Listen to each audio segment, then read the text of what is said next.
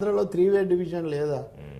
తెలుగుదేశం అంతగా క్షీణించిపోయి వైఎస్ఆర్ పార్టీ అంతగా ఎదిగిపోయి అసలు పవన్ కళ్యాణ్ జనసేన ఎందుకు ప్రస్తావన లేదు? నాకు అది కొంచెం ఆశ్చర్యం అనిపించింది. ఎందుకు లేదు? సీ వాటర్ సర్వేనే మీరు తీసుకుంటే వాళ్ళు 2014లో కూడా జగన్మోహన్ రెడ్డి అధికారంలోకి వస్తున్నాడని చెప్పారు.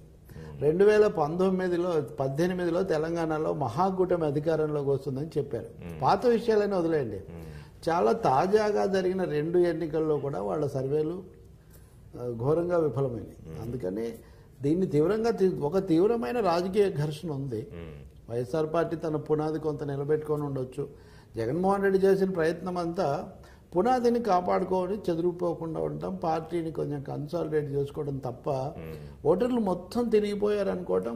వాళ్ళు ఇచ్చిన పర్సంటేజ్లు కూడా చూసుకుంటే దాదాపు స్వీప్ చేసేటట్టు ఉంది. దాదాపు 41% పైన ఒకళ్ళు, 43.7% ఒకళ్ళు ఇచ్చారు. సమస్య ఏంటంటే మనది ఫస్ట్ ఓటింగ్ సిస్టంలో పర్సంటేజెస్ ఆఫ్ ఓట్స్కు నెంబర్ ఆఫ్ సీట్స్కు పోలిక ఉండదు. గతసారి వైఎస్ఆర్ పార్టీ వాళ్ళు ముఖ్యంగా మాకు 5 లక్షల ఓట్లే తేడా అనేది నొక్కి చెప్తుంటారు.